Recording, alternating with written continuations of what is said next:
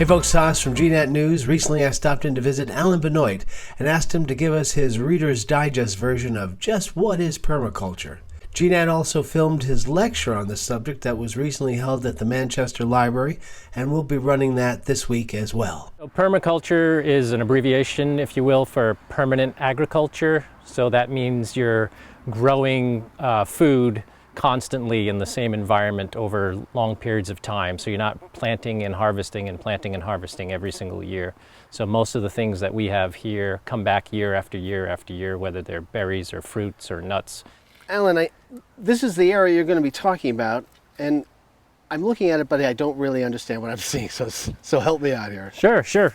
So you can see there's lots of different layers of plantings here. We have very low ground cover plants, then we have taller perennial herbaceous plants, and then we have shrub layer, and then we have understory trees, and then we actually have canopy trees. So part of permaculture is having all these different layers working together.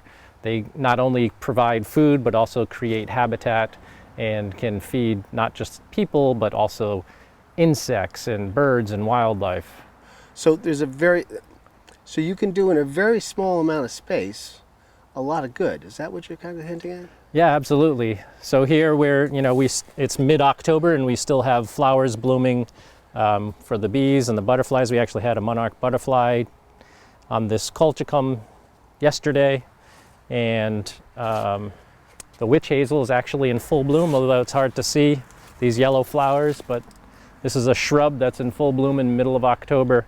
So we're still providing food for all the beneficial insects that we want to live in our yard permanently, so that they can take care of our crops permanently. So we're not just trying to create a beautiful flowering border here. We're actually trying to create habitats and different layers so that it's more welcoming to a variety of plant life, animals being birds and insects and all that.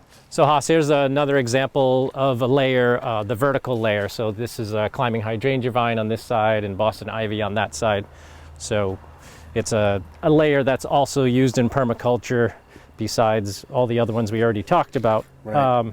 And then this may look like a perennial garden, a typical perennial garden in the middle of October when frost has hit it. But we still have thyme, which we can use in our garden here.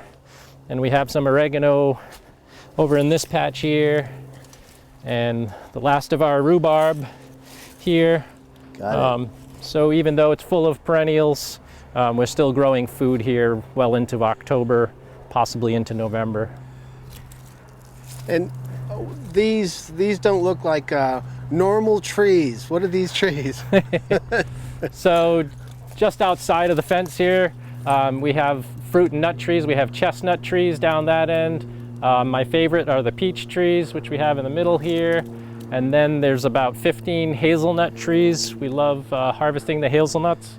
And further from there, we have the orchard, so we have other fruit trees, apples and pears as well. So before I ask you my last question, let me ask you this. So I managed to buy some fruit trees, and I managed to let the deer have a wonderful meal. So you seem to be doing very successfully with these. Yeah, so once the fruit trees get big enough, they can pretty much fend for themselves, but it's getting them beyond that tasty young phase.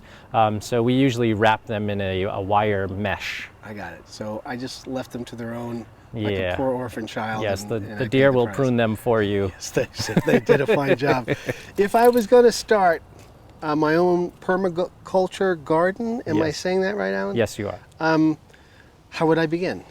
So the first things I would recommend are the things that you enjoy eating. For me, it's raspberries. So we planted some raspberry bushes and they fruit twice a year. Every year we get about 2 cups every single day during the summer that we Wow, that's harvest. pretty Yeah.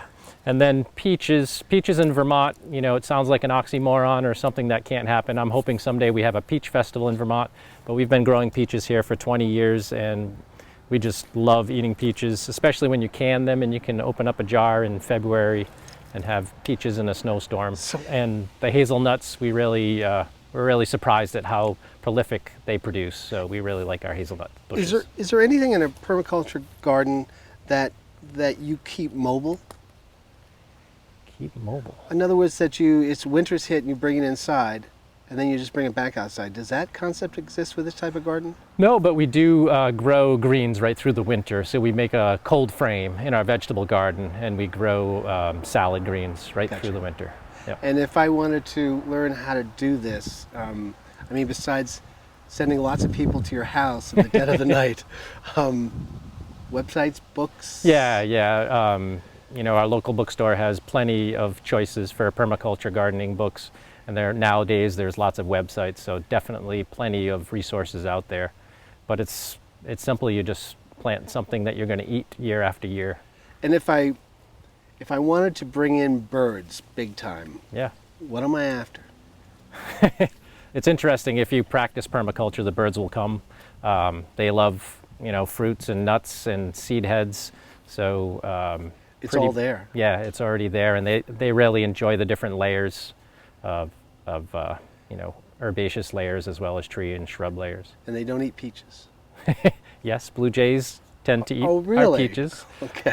But they usually only get a little bit. Okay, so it almost sounds like you create a wonderful garden that everything, including yourself, is going to love to eat it. So you actually have to be ready to fight for your food. Yeah. So we decide to pick the hazelnuts when the chipmunk starts picking hazelnuts for us. Then we know it's time we have to harvest before he gets them all. So the birds and the chipmunks let you know when things are ripe. Exactly. Right. All right. Hey, thank you so much for spending some time with us today and showing us your terrific gardens. Thanks, Os. It's been fun.